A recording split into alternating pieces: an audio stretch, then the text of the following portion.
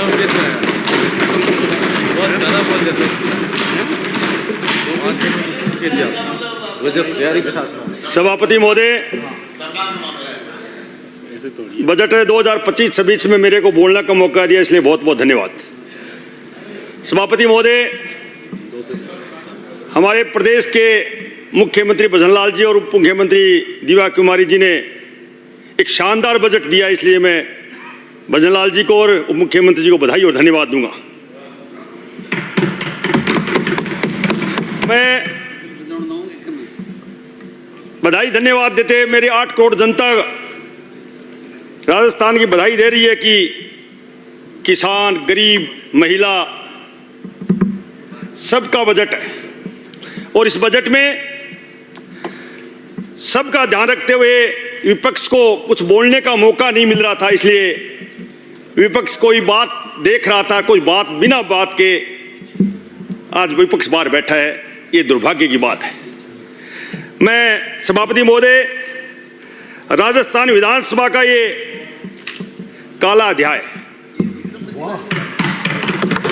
इस राजस्थान विधानसभा को तार तार करने वाला अध्याय है। प्रदेश के एक पार्टी के मुखिया जिस तरह इस विधानसभा में एक ओछी बात कह के इस आसन का अपमान किया है, मैं इस भाषण के अनुसार मैं उनका भर्त्सना करता हूं, उनका निंदा करता हूं कि ऐसी भाषा। सभापति महोदय, मैं प्रधान भी रहा हूं, मैं प्रमुख भी रहा हूं, मैंने सोचा मेरी चूरू की जनता ने यहाँ विधानसभा में भेजा है 200 में, तो यहाँ कुछ सीखने को मिलेगा। पर यहाँ आके मैंने देखा है, वहाँ जब मैं प्रधान था तो मेरी सीट का इस सीट का इतना सम्मान होता था, मैं जिला प्रमुख था इतना सम्मान होता था, मगर टोडासरा जी, लक्ष्मण आने वाले विधायक महोदय कह रहे थे कि मेरे को चौथी बार जनता ने भेजा है। विधायक महोदय, जनता है, अहंकार रावण का भी नहीं चला और आने वाले समय आपका भी नहीं चलेगा। सभापति महोदय, मैं इस अवसर पर इस सदन का अध्यक्ष महोदय किसी पार्टी के नहीं है, इस पूरे सदन के अध्यक्ष हैं, और उसके बाद जिस तरह की भाषा का उपयोग किया गया, मैं हमारे अध्यक्ष जी एक अच्छे शिक्षक रहे, एक अच्छे शिक्षा मंत्री हैं और एक अच्छे विधानसभा अध्यक्ष हैं, उनके बारे में कुछ बोला है तो इस संविधान पर आंच, ये संविधान का अपमान है। और मैं कहूँगा ये संविधान का अपमान, ये दुनिया हिंदुस्तान में इनके राहुल बाबा लेके घूम रहे हैं, उनका अपमान है।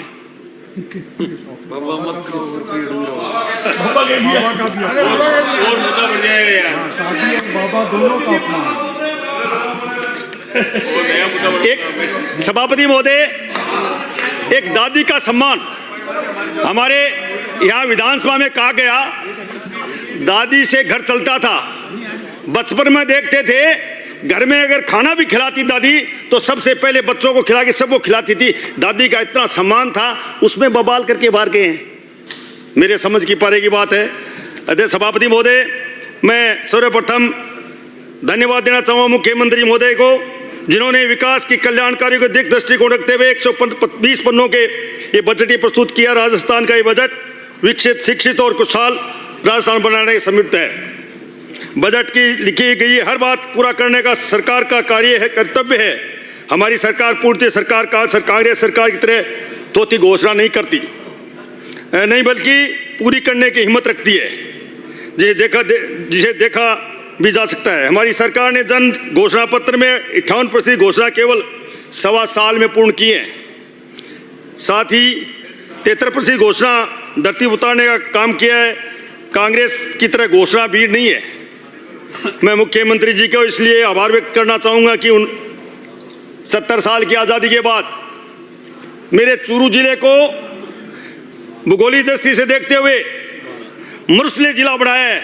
मैं मुख्यमंत्री जी को बधाई और धन्यवाद दूंगा। 70 साल में इस कांग्रेस ने कभी सोचा ही नहीं था कि चूरू जिला मरुस्थलीय जिला बन सकता है। किसान वर्ग से आता हूं और कृषि बजट पैरा नंबर 164 में किसान को किसानी के लिए 110,000 करोड़ रुपए के ज़्यादा घोषणा की गई। कुल बजट 12.5% पिछली कृषि बजट से 15% ज़्यादा बढ़ोतरी कर किसान की खुशहाली के लिए बहुत ही कार्य किया है। एक शानदार काम। बात करते किसान का चोला पहनने वाले कांग्रेस लोगों को कहना चाहूँगा कि कभी किसान की बात नहीं सोची थी। अटल बिहारी वाजपेयी ने किसान क्रेडिट करके किसान का खुशहाल बनाई थी और उसके बाद प्रधानमंत्री नरेंद्र मोदी जी ने 6,000 रुपये सम्मान निधि देके किसान का सम्मान किया था और उसके बाद 2014 में दे दिया था प्रधानमंत्री जी ने। इनकी तो 19 से लेकर 23 तक सरकार रही थी, कभी किसान की बात करते 100 रुपये देते। और हमारी भजनलाल जी सरकार ने आते ही 2,000 बढ़ा के 8,000 किए और इस बजट में 9,000 रुपये किए और आने वाले समय में 12,000 रुपये करेंगे। ये भजनलाल सरकार गरीब और किसान की सरकार है। सभापति महोदय, हमारी सरकार ने खेलों में बढ़ावा देने के लिए अनेक काम किए। इस बजट में चूरू जिले में खेल स्कूल खोल के सरकार का निर्णय, इसके लिए मैं मुख्यमंत्री जी को धन्यवाद दूंगा। सभापति महोदय, शहर की सड़कों को बनाना तो एक आम बात थी, किंतु जरूरी गांव में रहने वाले 5 गांव में सड़कों को जोड़ने के लिए हमारी सरकार ने अटल सड़क बनाने का जो काम किया है उसके लिए मैं बधाई और धन्यवाद दूंगा। अटल पथ, मैं इस अवसर पर पिछली बार चूरू में रिंग रोड की हमारी सरकार ने घोषणा की थी, उसमें पर्याप्त बजट नहीं है, इसलिए मैं इस बजट को भी और मांगूंगा। हमारे चूरू में जयपुर से जोड़ने वाला ओवरब्रिज था, उसमें स्थगित हो गया, इसलिए उसको 75 करोड़ रुपये की मांग करूंगा। 5 करोड़ रुपये सिरसिला के अंडरब्रिज की मांग करूंगा। मिनी सचिवालय के लिए 60 करोड़ रुपए की मांग की इस बजट में। मेरा आरोप है पिछली कांग्रेस सरकार में जिन्होंने खाद्य सुरक्षा के नाम पर कोई नाम नहीं जोड़ा, हमारी सरकार ने 10 लाख लोगों के नाम जोड़ने का काम कर रही है। मैं बधाई और धन्यवाद दूंगा मुख्यमंत्री जी को और खाद्य मंत्री जी को। चूरू जिले में सार्वजनिक फ्लोराइड युक्त पानी के लोगों को जुकाई हो जाती है, पीले दांत हो जाते हैं, ये गंभीर समस्या है। हमारी सरकार द्वारा ये प्रयास किए गए। मैं धन्यवाद देना चाहूँगा मुख्यमंत्री जी को जिन्होंने 33 साल पुराना यमुना जल समझौता वापस लाके जिंदा किया है। शेखावाटी को अंचल में यमुना सिंचाई के पानी के पीने के लिए ठोस बुनियाद रखी है। मुझे प्रसन्नता इस बात की है कि यमुना के पानी का सबसे बड़ा जलाशय चूरू के जिले बनेगा, जिसके लिए भूमि तलाश की प्रारंभ कर चुके हैं। वह दिन दूर नहीं जब हरियाणा का ताजावाला हेड से पानी चलकर चूरू की धरती पर आएगा। सभापति महोदय, कांग्रेस पार्टी ने राजस्थान में 50 वर्ष से अधिक राज किया, परंतु